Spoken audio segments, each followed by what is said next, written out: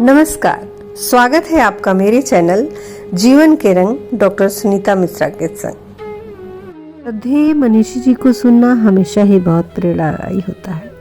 श्रीमद् भगवत गीता के श्लोकों का अर्थ अपने तरीके से, नए तरीके से बताना, जीवन में उतारने के लिए प्रेरणा देना। आप ही सुनिए मनीषी जी। अर्जुन का मतलब शिष्य और जीवात्मा। आप लोग जीवात्मा है कि नहीं? हाँ, परमात्मा तो नहीं है। हाँ, कृष्ण का मतलब परमात्मा, अर्जुन का मतलब जीवात्मा। तो बच्चों, इसी तरह 18वां अध्याय जो है गीता में योग है। जैसे दूसरे अध्याय का नाम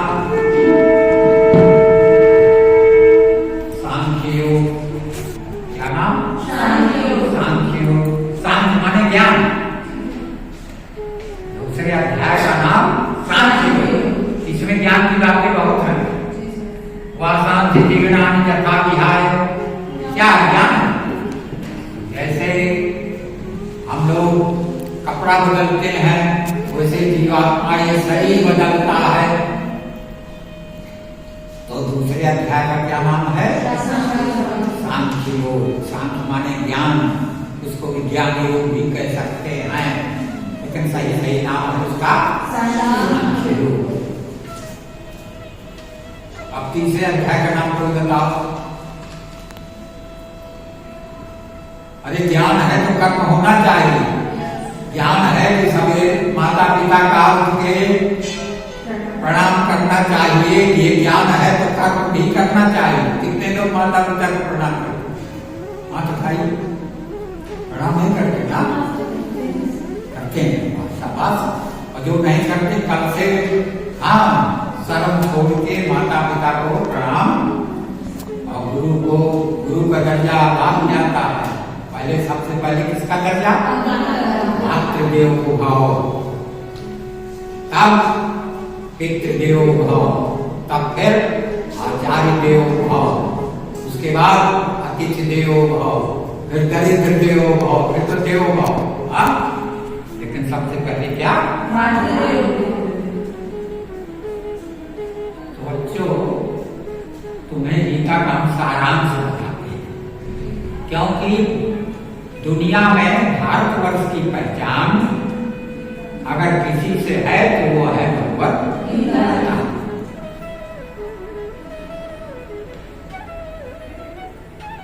भगवत गीता में अर्जुन किंग कर्तव्य विमूढ़ हो गया था। उसको ये नहीं समझ में आ रहा था कि युद्ध करूं कि न करूं। करूं तो सामने हमारे बाबा भीष्म पितामह हैं, हमारे गुरु द्रोणाचार्य हैं, सारे संबंधी सामने हैं, कौरव भी उनके परिवार के ही हैं। तो उनसे सबसे युद्ध करना पड़ेगा। तो मोह में पड़ गया कि युद्ध करूं कि न करूं। और दूसरी बात एक और, आगे तुम लोग 5 हो, तुम लोग पांडव, 5 पांडव, पीछे कौरव है, ज्यादा है ना, 5 ज्यादा तो है। हाँ, तो पांडवों की सेना थी 7 अक्षों की। कितना? 7। और कौरवों की सेना थी 11 अक्षों की। 7 साढ़े 10 से भी ज्यादा। दोनों मिला के कई अक्षों की? 11 कौरवों की और 7 पांडवों की। 11 7 के बीच कितना हुआ? 18 अक्षों की सेना ने मिलके महाभारत की लड़ाई, महाभारत का युद्ध लड़ा। पांडवों की सेना कितनी? 7। यहाँ दिमाग अगर बाहर जाएगा नहीं पल्ले पर। पांडवों की कितना 7 और कौरवों की 11। तो 11 को जीतना चाहिए कि 7 को? 11 को जीतना चाहिए, लेकिन जीता कौन? 7 जीता, 11 हारा। तो अर्जुन घबरा गया था कि हमारी सेना तो कम है। और उधर भी एक से एक बढ़कर है, भीष्म पितामह भी उधर है, द्रोणाचार्य भी उधर है, कृपाचार्य भी उधर है, अश्वत्थामा उधर है, कर्ण उधर है, एक से एक मार। तो अर्जुन ने सोचा कि एक तो हम जीतेंगे कि नहीं जीतेंगे, और जीतेंगे भी तो बर्बाद हो जाएंगे। तो इसलिए उसने कहा कि मैं युद्ध नहीं करूंगा। भगवान कृष्ण से उसने कह दिया कि मैं युद्ध नहीं करूंगा। तो भगवान ने उसको गीता सुना के और युद्ध के लिए तैयार कर दिया, और युद्ध लड़ा और उसमें वो विजयी हुआ। तो बच्चों, वही युद्ध आप लोग रोज लड़ रहे हो। कौन सा युद्ध? वो तो महाभारत का युद्ध रहा होगा। हम लोग भी युद्ध रोज लड़ रहे हैं। किससे? अपनी इंद्रियों से। इंद्रियों का बच्चों संयम रखो।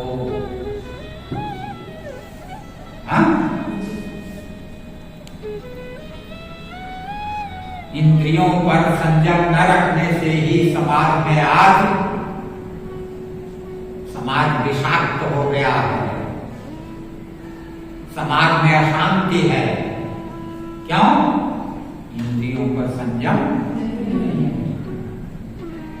शराब पी रहा है, गुटखा खा रहा है, असद चिंतन कर रहा है। नारद का नाम सुना है? नारद घूमते रहते हैं। नारद गए, भगवान नारायण के पास पहुंच गए। किसके पास? भगवान नारायण के पास नारद पहुंच गए। तो भगवान नारायण ने पूछा,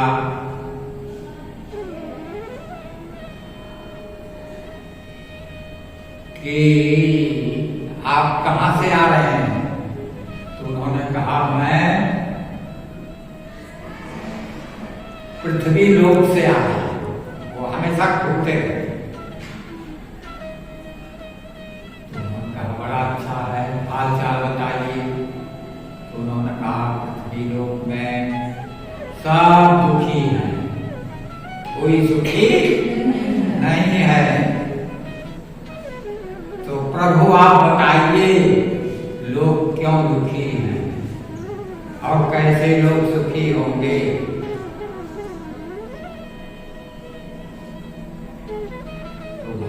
ने 2 बातें बताया, क्यों लोग दुखी हैं और कैसे सुखी होंगे। 2 बातें बताया।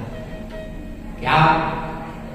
उन्होंने कहा, लोग दुखी हैं, असद चिंतन कर रहे हैं, पहली बात। और दूसरा, अयोग्य आचरण कर रहे हैं। क्या कर रहे हैं? असद चिंतन, बुरा सोच रहे हैं। तन में मनार्थियों संकल्प मस्तु पवित्र चिंतन नहीं कर रहे हैं, कुत्सित चिंतन कर रहे हैं, बुरा सोच रहे हैं। तो बुरा सोचेंगे तो अच्छा होगा?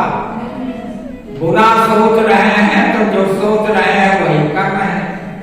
असद चिंतन और अयोग्य आचरण। क्यों लोग दुखी हैं? लोग का पहला, असद चिंतन, अपवित्र विचार, दूसरा अपवित्र आचरण, अयोग्य आचरण, जो नहीं करना चाहिए वो कर रहे हैं, जो नहीं सोचना चाहिए वो सोच रहे हैं, और जो नहीं करना चाहिए वो कर रहे हैं। इसलिए लोग जगत में दुखी हैं। समझ में आया? केवल दो बातों से दुखी है और तीसरी बात नहीं, असद चिंतन।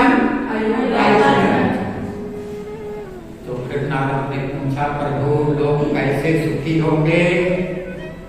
तो उन्होंने कहा इसी को उलट दीजिए, सदचिंतन और उत्तम आचरण, योग्य आचरण।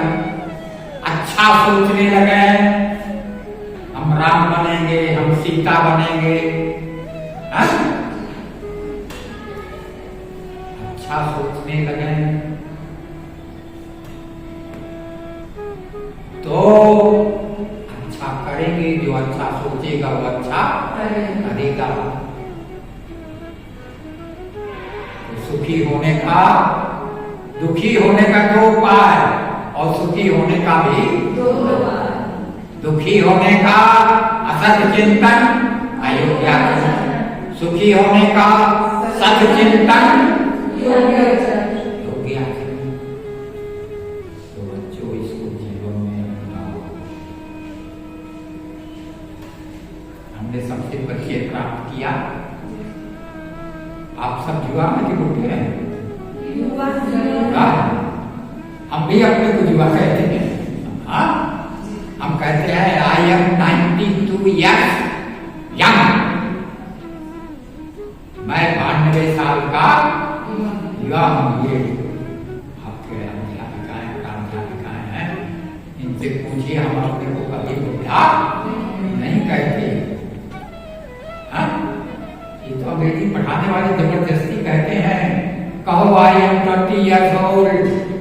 अरे भारतवर्ष के लोग, अन्य देशों में लोग बुढ़े होते हैं, लेकिन भारतवर्ष के लोग कभी बुढ़े नहीं होते। हम तो अब 8 साल तो है शतक में। हाँ, आदर्श आयु 100 वर्ष की मानी गई है, तो अगर आदर्श आयु मिली तब भी हम कहेंगे आई एम 100 ईयर्स। क्यों? हम भगवान राम को मानते हैं, भगवान कृष्ण को मानते हैं। बच्चों, किसी ने देखा हो भगवान राम और कृष्ण का बुढ़ापे का चित्र तो बताओ, देखा है? या तो शैशवावस्था, बाल्यावस्था, किशोरावस्था, युवावस्था तक का चित्र देखा है, जबकि भगवान राम हजारों साल जिंदा है, पवित्र किए इस धरती को। भगवान कृष्ण 125 वर्ष है। गोस्वामी तुलसीदास कितना जिंदा है? 126। हाँ, 126। और भगवान कृष्ण 125 वर्ष पृथ्वी को पवित्र किया। एक जगह बच्चों हम भागवत में बोल रहे थे, जब बोल के आए अपने स्थान पर, तो एक सज्जन बहुत प्रभावित होकर आए, हमसे कहे कि पंडित जी आप कह रहे हैं कि आपकी आयु उस समय 90 वर्ष की थी। तो उन्होंने कहा आप 125 वर्ष की हुए। आपने कहा भैया ये तो भगवान कृष्ण की आयु है, लेकिन आपकी श्रद्धा। तो बच्चों, हमारी भारतीय संस्कृति है, उपनिषद कहता है, पहला उपनिषद का नाम है, पहला उपनिषद उसका नाम है ईशावास्योपनिषद। क्या नाम है? ईशावास्य। ये पहला उपनिषद है, इसका क्या नाम? ईशावास्योपनिषद। और ये 2 पढ़ने का है, कुल 18 श्लोक है। यही 18 श्लोक गीता के 18 अध्याय बन गए। पहले उपनिषद का क्या नाम? ईशावास्य उपनिषद। इसमें कितने मंत्र हैं? 18। इसी में है क्या? कुर्वन्नेवे कर्माणि जितीर्थे शतम समाम। ऐ भारत के लोगों, कार्य करते हुए 100 वर्ष जिंदा रहने की इच्छा करें।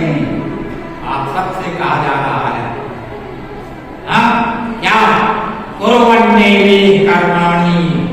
आलस्य में 9 बजे तक न सोइए घर पर, 4 बजे उठ जाइए, 3 बजे उठ जाइए। कम सोने से कोई नहीं मरता, ये जान लीजिए। 2 बजे भी उठ जाएंगे तो और अच्छा है, नहीं तो जाएंगे 4 बजे तो जरूर उठ जाएंगे। कुर्वन्नेवे कर्माणि, कार्य करते हुए इस दुनिया में जिति विशेष जीने की इच्छा करें। शतम समाम, 100 वर्ष तक। तो बच्चों, हमारा ये उपनिषद कहता है, और 4 पुरुषार्थ माने गए। कौन कौन? नहीं मालूम? धर्म अर्थ काम 4 और 4 महापुरुषार्थ। कौन कौन? पहला है साधना,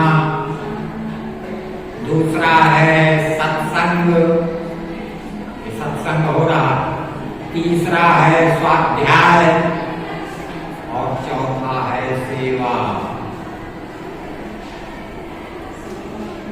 चौथा पुरुषार्थ क्या है?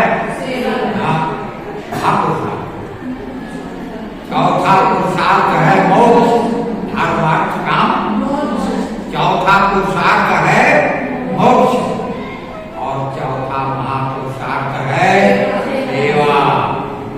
इसका मतलब समझ रही हो? सेवा का मतलब मोक्ष। जो सेवा करता है वो मोक्ष का अधिकारी है। जो सेवा नहीं करता, केवल सेवा लेता रहता है, वो किसका अधिकारी होगा? मोक्ष का होता है।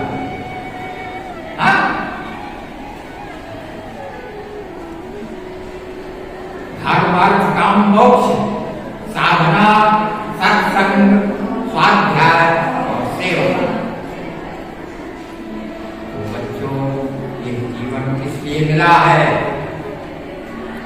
सेवा के लिए।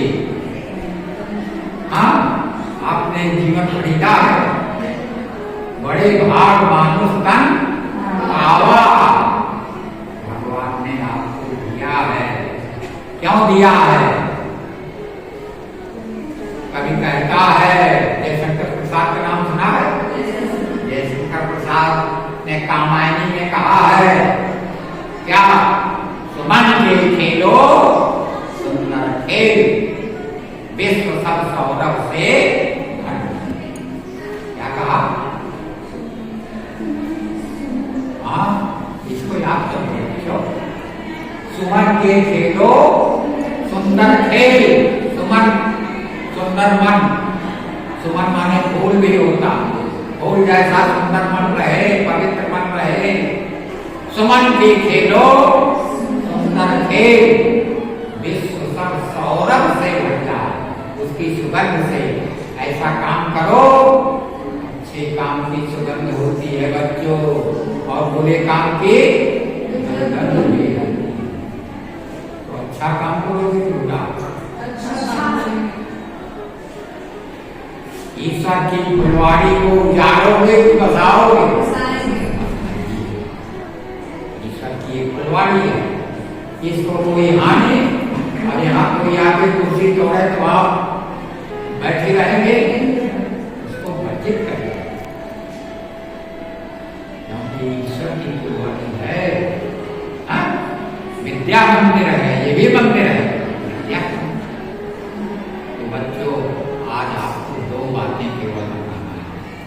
अभी आपको बताया भगवान राम और भगवान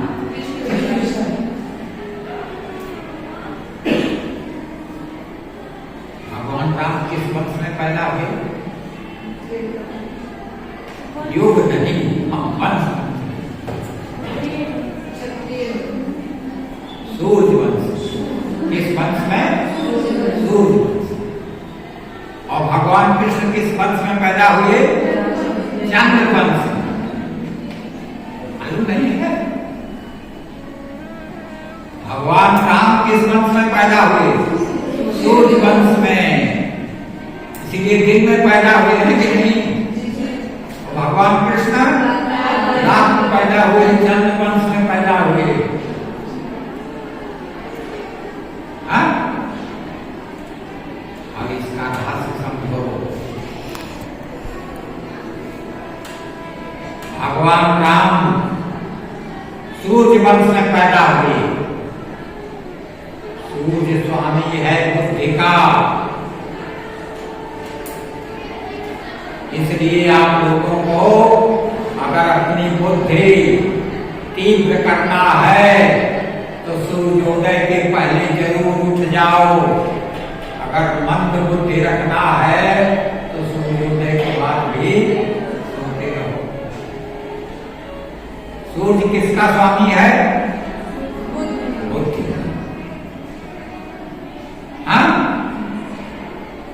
अगर आप अपनी बुद्धि, गीता मंत्र क्या है? गीता का मंत्र धियो यो न प्रचोदयात्, हमारी बुद्धि अच्छे कामों में लगे। भगवान राम इसलिए पैदा हुए कि उनकी बुद्धि अच्छे कामों में लगी है, हमेशा मर्यादा पुरुषोत्तम कहलाए।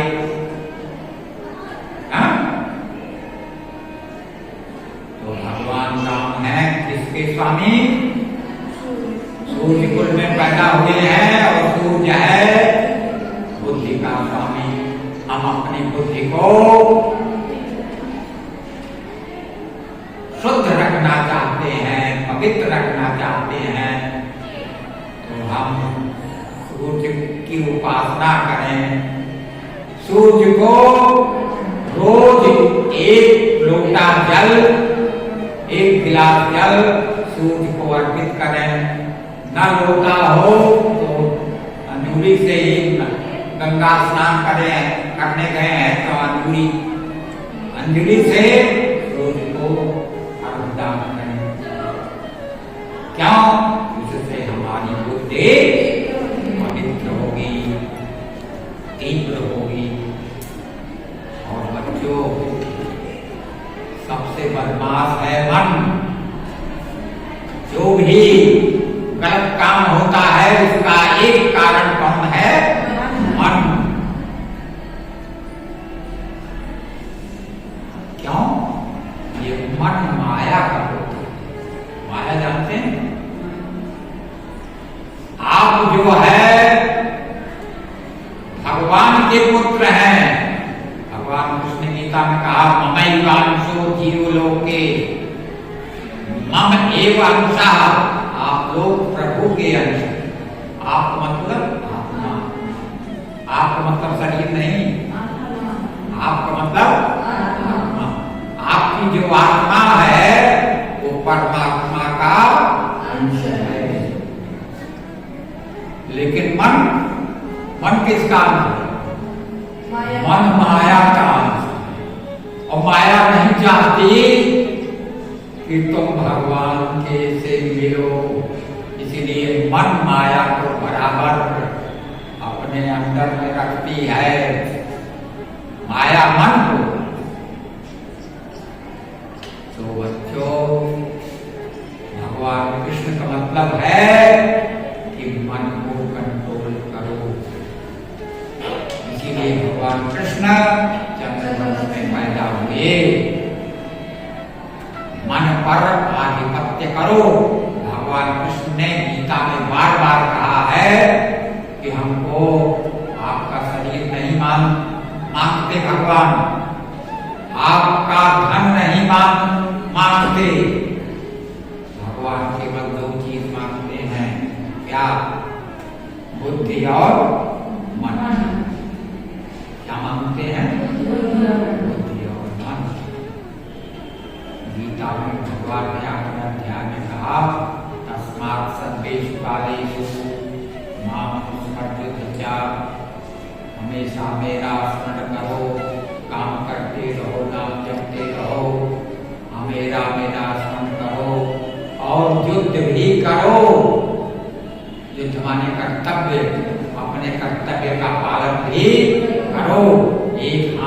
माला माम अनुस्मर और दूसरे हाथ में भाला युद्ध चाल। माला का मतलब भक्ति योग और भाला का मतलब कर्मयोग। एक हाथ में माला और दूसरे हाथ में भाला। माला का मतलब भक्ति योग, भाला का मतलब कर्मयोग। भक्ति योग और कर्मयोग को दोनों साथ में लेकर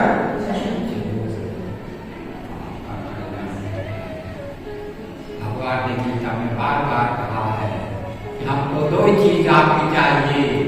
12वें अध्याय में कहा है मयि एव मनः धत्त मयि बुद्धिं निवेशय। मयि एव मनः धत्त, मुझ में मन को लगा दो। मयि बुद्धिं निवेशय, मुझ में बुद्धि को लगा दो। आप क्या करेंगे? आप में मन और बुद्धि लगा देंगे। तो भगवान कहते हैं तो आप मुझ में ही निवास करोगे, मन और बुद्धि मुझको दे दोगे तो आप मुझ में ही निवास मयि एव मनः धत्त मयि बुद्धिं निवेशय निवसिष्यति मयि एव अतबोधं न संशयः। कोई संशय नहीं है कि अगर मन और बुद्धि को भगवान कह रहे हैं मुझको दे दोगे, अर्थात आपका मन और बुद्धि पवित्र हो जाएगा तो आपको मुक्ति मिल जाएगी, आपको आवागमन से मुक्ति मिल जाएगी। तो इन्हीं शब्दों के साथ मैं आपसे जो भी बातें भगवान ने जो कि आपका मन पवित्र हो। गायत्री मंत्र का मतलब है कि हमारी बुद्धि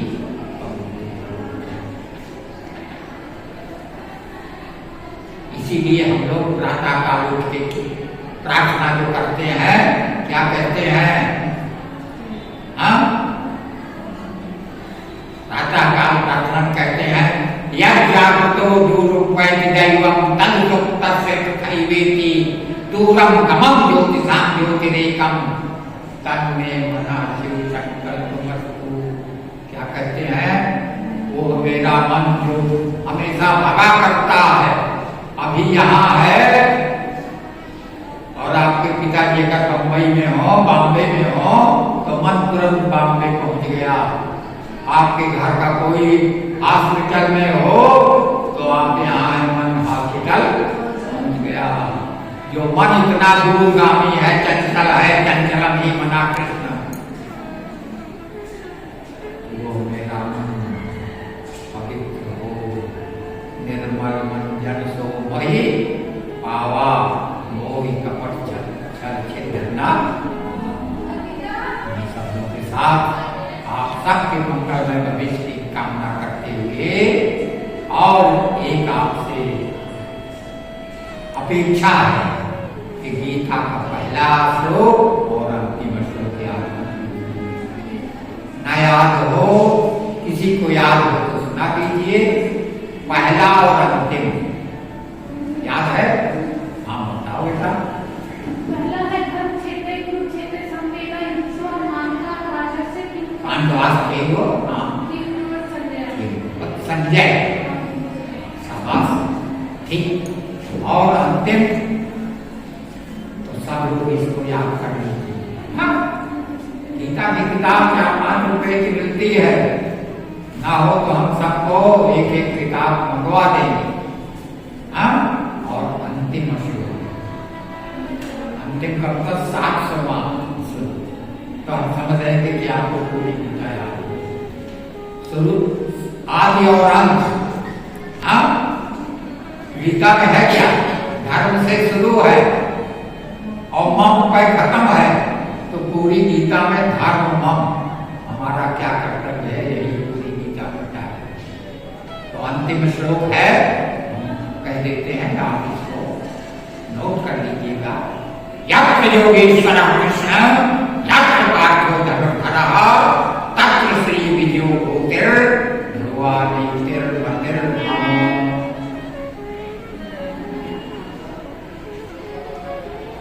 धृतराष्ट्र सोचता था कि कौरवों की सेना 11 क्षोणी है तो विजय इसी को मिलेगी, लेकिन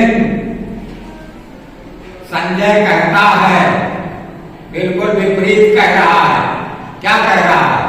चाहे 18 क्षोणी सेना एक और हो, लेकिन 2 आदमी एक तो इधर रहेंगे, जिधर 2 देवियां रहेंगी। यात्र योगेश्वरा कृष्ण यात्र पार्थो धनुर्धरा, यहाँ योगेश्वर कृष्ण होंगे और जहाँ धनुर्धर पार्थ होगा। उसी वही पक्ष यात्र योगेश्वरा कृष्ण यात्र पार्थो धनुर्धरा तत्र श्री विजयो भूतिर ध्रुवा नीतिर मतिर्मम, वही ऐश्वर्य होगा, वही विजय होगी, वही अविचल नीति होगी, सब कुछ वही होगा जहाँ 2 लोग रहेंगे, कृष्ण और अर्जुन। इसीलिए 2 देवियां हैं, ये समझ लो कृष्ण और अर्जुन का ही प्रतीक। तो जहाँ ये 2 है वहाँ आप सबकी जीत होगी, इसको याद कर लीजिएगा। यात्र योगेश्वरा कृष्ण यात्र पार्थो धनुर्धरा तत्र श्री विजयो भूतिर ध्रुवा नीतिर मम, अंत में मम है और शुरू में धर्म क्षेत्र धर्म है। पूरी गीता में धर्म मम ही बताया